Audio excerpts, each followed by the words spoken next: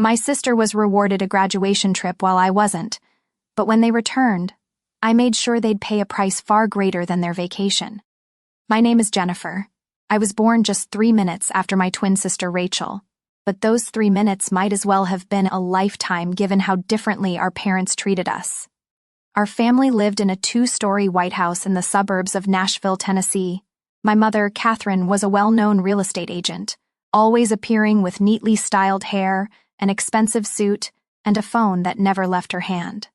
My father, Marcus, ran a small accounting office, buried in ledgers all day, rarely looking up to acknowledge his younger daughter.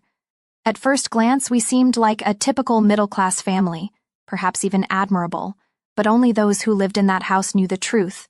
Fairness never existed there. From a very young age, I could feel that my parents' love was never equally divided. When Rachel and I were about 4, Mom used to take us shopping on weekends, but every time we left the mall, Rachel's bags were always heavier. She got the newest Converse sneakers while I had to pretend to be excited about the discounted pair from the bottom shelf. Every time Rachel pointed at something, it almost instantly ended up in the shopping cart, and when I carefully asked, "Mom, can I have—" she'd cut me off with a cold glance. "Not always, Jennifer.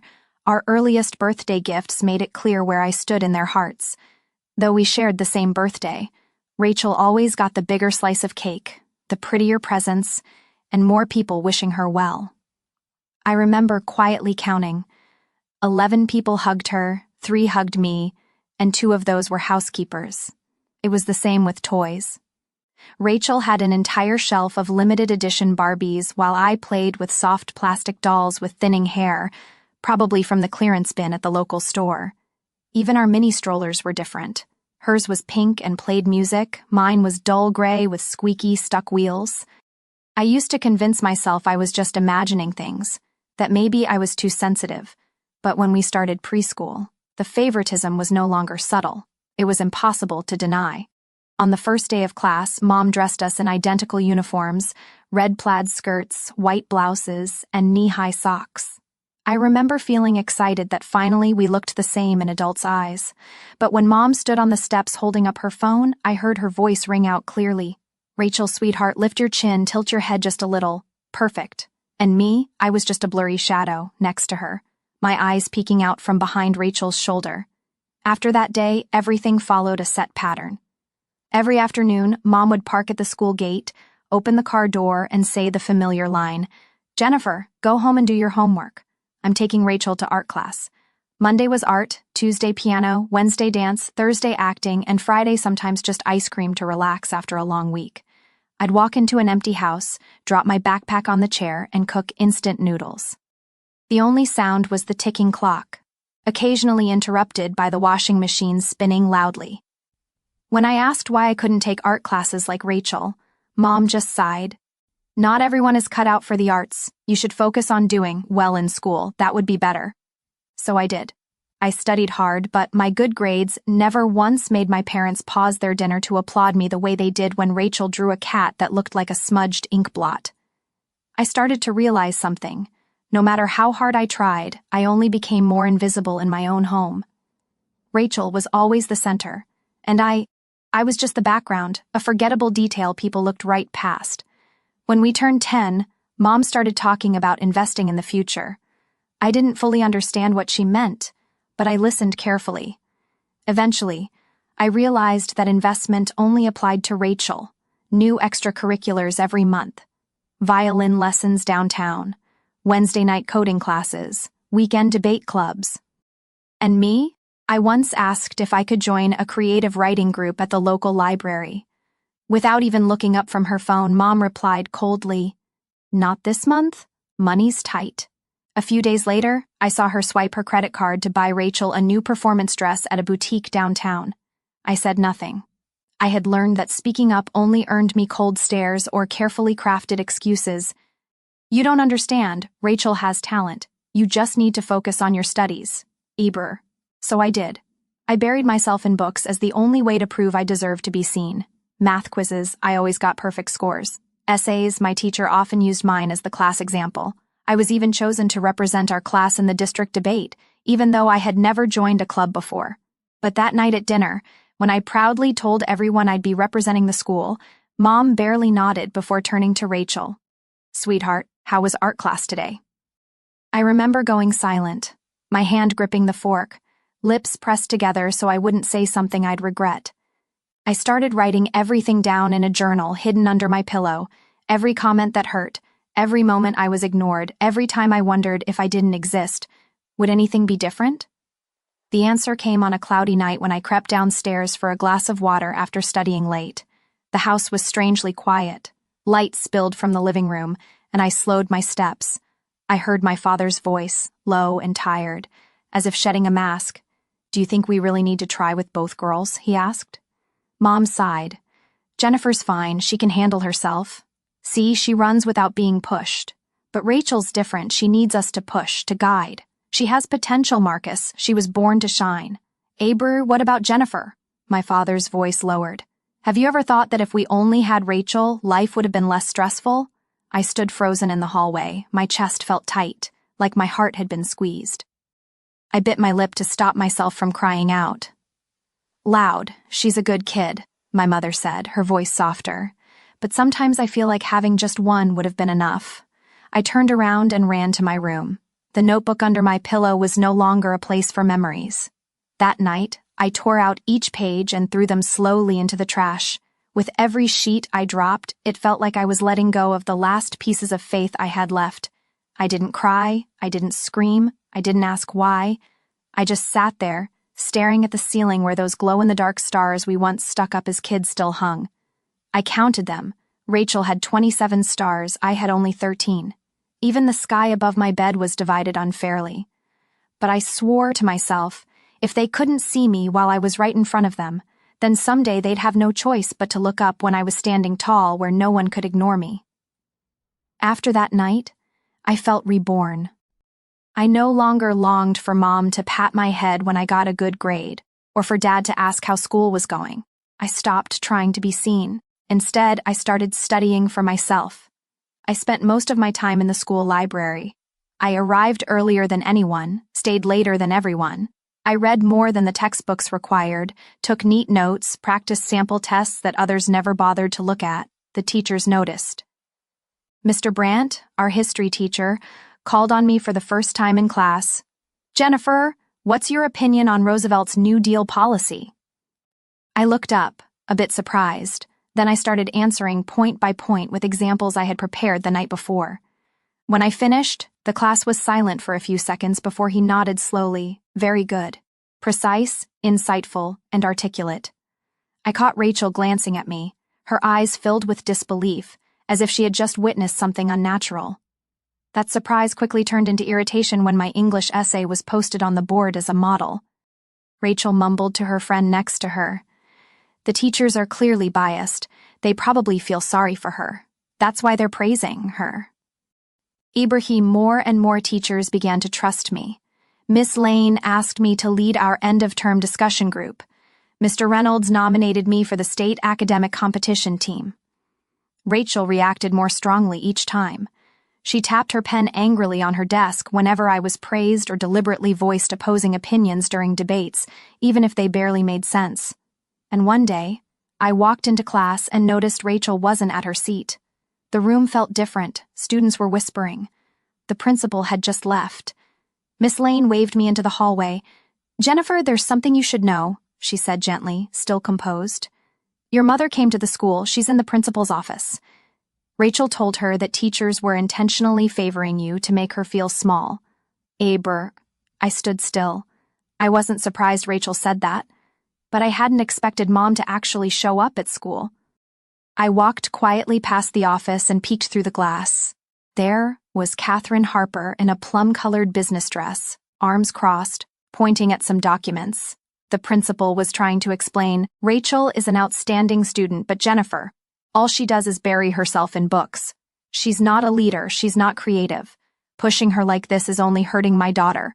The principal stayed calm, "Mrs. Harper, we have clear academic records. Jennifer ranks highest in 4 core subjects. All her teachers unanimously agree." I heard my mother say, "Grades aren't everything. Your teachers are clearly biased. Aber key." A few minutes later, she left the office. I ducked into the side hallway before she could see me, but inside, something had gone cold. That night, I heard her footsteps as she returned home. Rachel's door opened, then closed again. I couldn't hear the conversation, but I heard their soft laughter, the kind I'd never once heard directed at me. The next morning, when I arrived at school, a small envelope was on the teacher's desk. I didn't need to open it to know what it said, but Mr. Brandt spoke before I could react. "Jennifer, don't let outside noise get to you. You deserve every bit of recognition you're receiving." I nodded, keeping my voice steady. "I know, and I won't stop." I returned to my desk, opened my notebook. On the first page, I had written a line I reminded myself of every day. "They may not choose me, but I will choose myself." From that moment on, I didn't just study to escape the darkness, I studied to become the light.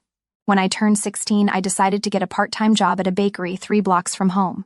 It was a small shop called Sugar Bloom with cream-colored walls and the scent of butter cookies always hanging in the air. The owner, Martha, was in her 40s, usually tied her hair with a silk scarf, and always wore a warm smile. I didn't tell Mom, I knew she wouldn't approve. To her, getting a job at this age meant you have no direction. But to me, it meant a little bit of freedom, in a world where I was rarely allowed to choose. That evening, wearing my pale pink apron and hair tied up neatly, I walked out the door. Rachel glanced up from her phone and smirked. "Going to be a waitress? Cool, just try not to drop cake on someone's dress." I didn't answer, but inside, I knew I had just taken my first step out of the shadow they kept forcing me into. After a few weeks, I managed to save my first small paycheck. It wasn't much, but enough for me to buy the books I loved without second thoughts. One evening, while looking for modern social change in America in Mom's office bookshelf, I accidentally knocked over a stack of old folders. While cleaning up, I found a worn light brown notebook. The first page had a handwritten note: "Emergency contacts do not use." I flipped through a few pages and stopped at an entry labeled Clara and Henry Whitmore. No contact, number blocked. Below it was a handwritten address in the southern part of the city I'd never heard of before.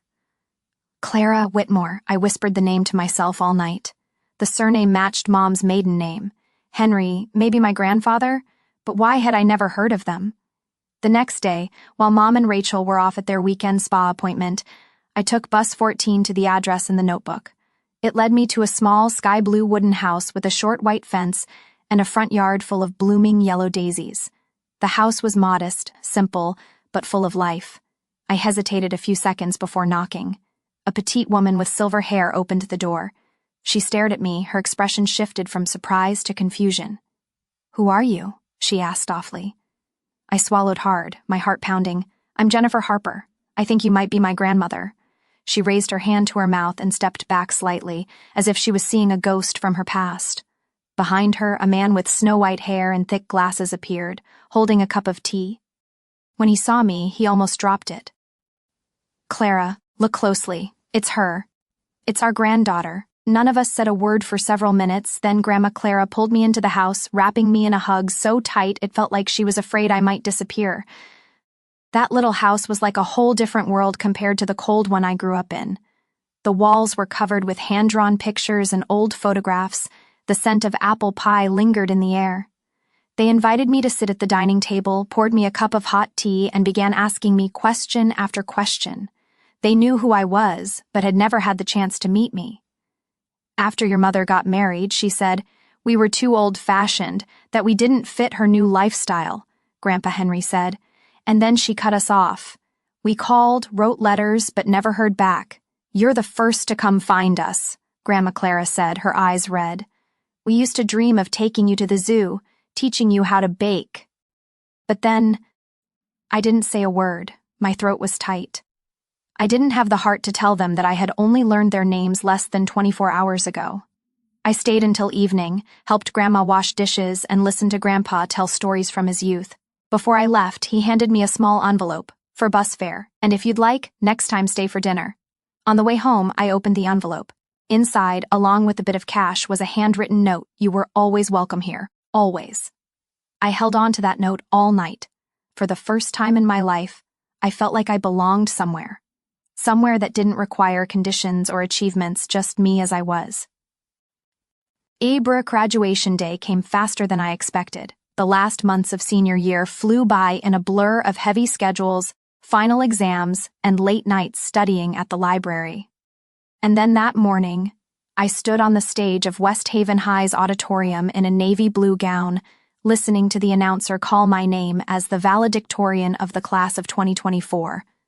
Applause echoed through the room, but when I looked down at the row reserved for parents, I saw my mother looking at her phone and my father chatting with Rachel, who sighed loudly like I had just stolen her spotlight. I walked up to the podium, accepted my diploma, and gave my short thank you speech. My voice was steady, every word clear, but inside I felt strangely hollow. That evening there was no celebration, no balloons, no cake, no congratulations, Jennifer sign, just an ordinary dinner, grilled fish and salad. My mom told Rachel to cut back on fried food to stay fit for the upcoming trip, and Dad talked about a difficult client at work. No one mentioned me, even though I had just graduated top of the class. After I finished washing the dishes and was heading upstairs, Mom suddenly called out. Her voice was unusually excited. "Jennifer, sit down! I have some good news." I sat down slowly, tilting my head slightly, hoping for something unexpected. "We're going to Hawaii, a 5-day vacation in Maui to celebrate Rachel's graduation," Mom announced like she was revealing the winner of a game show. Rachel smiled, not forgetting to give me a smug little look. I froze. "We means who?" I asked slowly. Mom waved her hand like it was no big deal. "Oh, your dad, me, and Rachel. I only booked 3 tickets. You know how expensive flights are this time of year. Plus, someone has to stay home and keep working at the bakery." I looked her straight in the eyes. "So you mean I'm staying behind alone?" She placed a hand on my shoulder, her expression like she was comforting a child who just dropped their ice cream. "You understand? You're strong, independent. We trust you." Eberfer. I didn't say another word. I stood up, nodded like a machine, and quietly went upstairs. The next morning, when I heard the car door slam shut, I peeked out the window. They were loading suitcases into the trunk. Rachel wore a cream maxi dress, her hair softly curled, holding her plane ticket and favorite latte. Mom waved up at me. Rachel beamed. "I'll tag you in my beach pics, okay? Don't be jealous." The car door closed, and their SUV slowly pulled out of the driveway. I turned away, picked up my phone, and for the first time in months, I called the number saved under a simple name, Grandma and Grandpa. Grandma Clara's voice answered, warm and steady as always. I couldn't hold back the tears. They left. I choked. They just left me like I'm nothing. "Oh, sweetheart, don't cry. Come over right now. We're going to throw you the graduation celebration you truly deserve." Aber. I arrived at their house by noon. That little home was decorated, white and blue ribbons, balloons hanging from the window. The table was covered with a white cloth, and on it sat a chocolate cake with frosting that read, "Congratulations, Jennifer, our amazing valedictorian." But that wasn't all. After a lunch filled with all my favorite dishes, crispy baked lasagna and fruit salad, Grandpa Henry placed a small black box on the table. "You've done something very few people ever do. We're so proud of you, and this is our gift to you." I opened the box. Inside was a brand new car key with a keychain engraved with the words, "Always believe in your own path." My eyes widened. You're kidding, right?" Grandpa smiled and pointed toward the window. In the front yard sat a milk-white Audi Q3, sparkling new. The license plate hadn't been installed yet, and the documents were still tucked in a plastic sleeve hanging behind the seat. "That car is yours, a graduation gift from us," Grandma Clara said, holding my hand. "We've been planning this for a long time, just waiting for the right moment." I hugged them tightly, tears streaming down my face, but no longer from pain. For the first time in my life, I felt like I didn't have to bleed for recognition.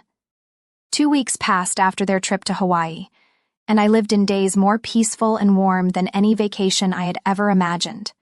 In the mornings, I drove my new Audi to Sugar Bloom Bakery, bringing butter cookies for my grandparents.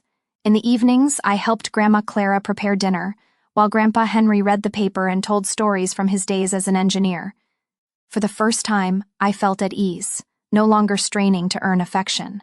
The Audi parked neatly in front of our house, a quiet symbol of something my parents had never given me: recognition, trust, and unconditional love. Ebrew, and then the day I had predicted finally came. It was a mild Friday afternoon in Nashville. I was reading on the porch with a cup of chamomile tea still warm in my hands, when the familiar SUV slowly pulled into the driveway. The three of them stepped out, Mom in a purple silk maxi dress, Dad with his sunglasses on, and Rachel, of course, in a designer outfit, dragging her suitcase like she was arriving on a red carpet. Mom was the first to see the car. She froze mid-step, lips pressed tight, her eyes moving from the Audi logo to the temporary tag, then to the chrome side mirrors. Rachel squinted, shielding her eyes from the sun, then turned to me. "Whose car is that?" I stood up, smiling softly.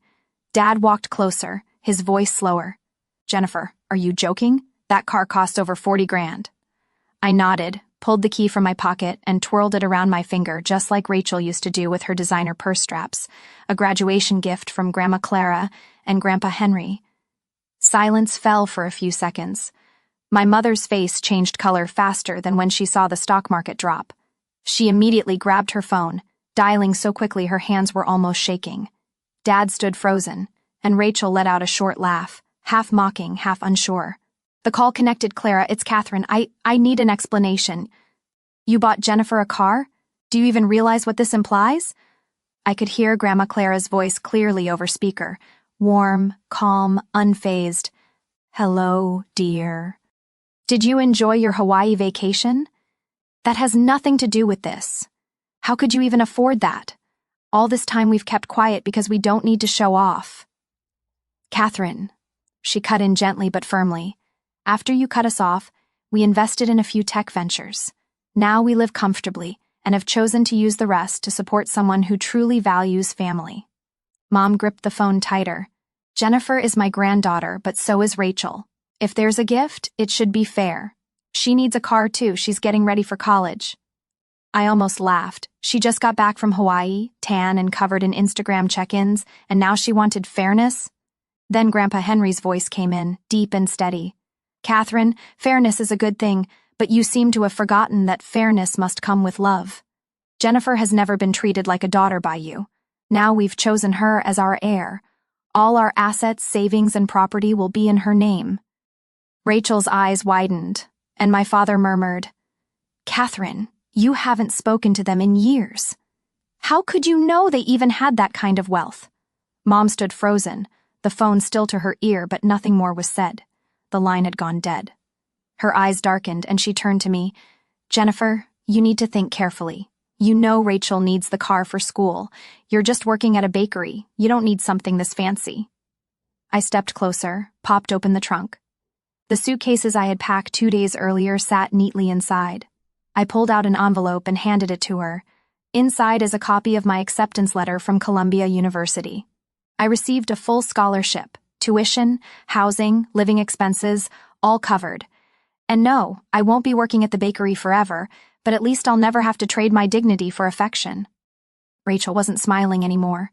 Dad said nothing, just looked at me like he had lost something he never realized was important. I had just opened the car door when Mom stepped in front of it, arms crossed, eyes sharp, like she was about to deliver a lecture. "Jennifer, you can't keep that car," she said coldly, her patience clearly gone. "Rachel is the one who needs it for school. She just got into State University and you aren't. You just working at a bakery." I looked up at her, gripping the wheel so tightly my knuckles turned white. "I don't work at the bakery anymore, and I'm not staying here." Dad finally spoke, his voice low and pressuring. "Jennifer, you need to be realistic. Rachel has a college plan, a social network, a future. She needs the car to build that. And you, what do you have?" I reached into my bag, pulled out a neatly clipped folder, and handed it to him, an acceptance letter from Columbia with a full scholarship, covers tuition, housing, and living expenses. They both stood speechless for a few seconds. Rachel stopped typing on her phone, turning to me as if she couldn't believe what she had just heard. "Columbia?" my mom repeated, her voice suddenly quieter. "You mean New York?" I nodded. "Yes. I'll be studying law and social policy. Classes start in 3 weeks." "But why didn't you say anything?" Dad asked. For the first time in my life, I saw genuine confusion in his eyes.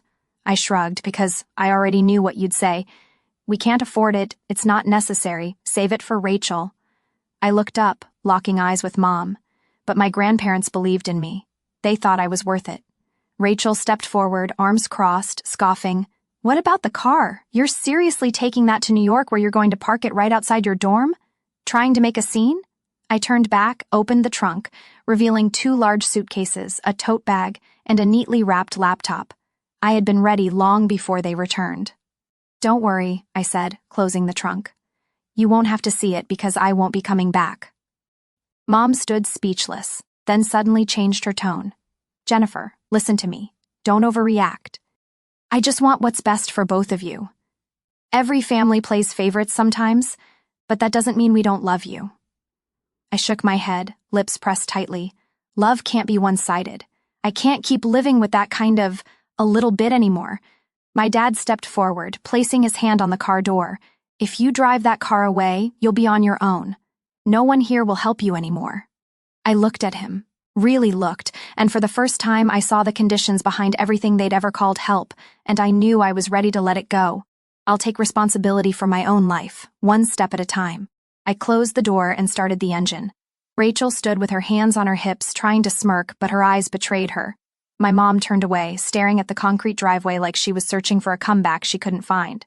My dad still stood there, his hand now off the car but not stepping back. Jennifer, he said, his voice for once without command. If you ever feel overwhelmed, you can... I'll be okay. I cut him off with a small nod, and this time I don't need anyone to confirm that. I pressed the gas. The Audi rolled slowly away from the familiar driveway. In the rearview mirror, I saw them. Those 3 figures still standing there, growing smaller in the distance. The road ahead didn't promise to be easy, but it was mine, not handed to me, not paved by anyone else. Each step forward was a step of true freedom. A Bury. I left Nashville on a late summer morning, the sky unusually clear. The Audi glided along the interstate, and ahead of me opened a brand new chapter. New York City, Columbia University, youthful dreams, and a completely new life waiting to unfold. My grandparents insisted on driving behind me in Grandpa Henry's old sedan. They didn't say much, but I knew every time I looked in the mirror, they were still there, steady, silent, and full of faith. Before we parted ways, Grandma Clara hugged me tightly outside the dorm gates. You've gone farther than anyone ever imagined, she said, her warm eyes glowing with pride, and you never had to do it alone. I smiled, burying my face on her shoulder. I had never felt so protected, even though I was officially on my own now. College life swept me into a completely new rhythm. Classes at Columbia were challenging, with brilliant professors and classmates from all over the world. I worked part-time at a small bookstore near Brooklyn, where the smell of old pages and the soft jingle of the front door brought me more peace than anything else. I began building a life where I didn't need to look over my shoulder for permission. No more judgmental stares, no more subtle comparisons masked in sweet words.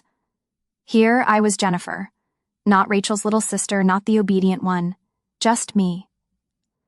A few weeks later, Grandma Clara called me with news that didn't surprise me.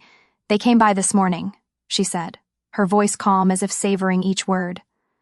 Brought a fruit basket and plenty of apologies. I stayed silent for a moment. What did they say? They said they missed you, that the family should come together again, that Rachel is struggling with tuition and thought maybe we could help. I clenched the phone, but Grandma Clara's voice remained steady. We invited them in, made tea but didn't say much. And after they left, your grandpa and I agreed, everything, the property, savings, bank accounts, it's all going to you. I sat still in my dorm room, the afternoon light streaming through the window onto my law textbooks. I didn't know what I felt, bitterness, vindication, or sadness. Grandma, I whispered, are you sure? I don't need... It's not because you need it, she interrupted, gentle but firm. It's because you deserve it. You're the only one who never treated us like a burden. Tears welled up. In that moment, I knew true love never comes with conditions. I didn't respond to the message my mom sent 2 days later, her first text in over a month. She used that familiar tone. I know you're upset, but we're still family, right? I wasn't upset anymore. I didn't feel resentment. I simply no longer felt the need to hold on to something that was never really mine. I hit block contact without hesitation. Heartbreaks flew in New York. I adjusted better than I expected. My new friends, Leah, an Egyptian-American journalism major, and Ethan, an economics student from Oregon, made me feel truly valued.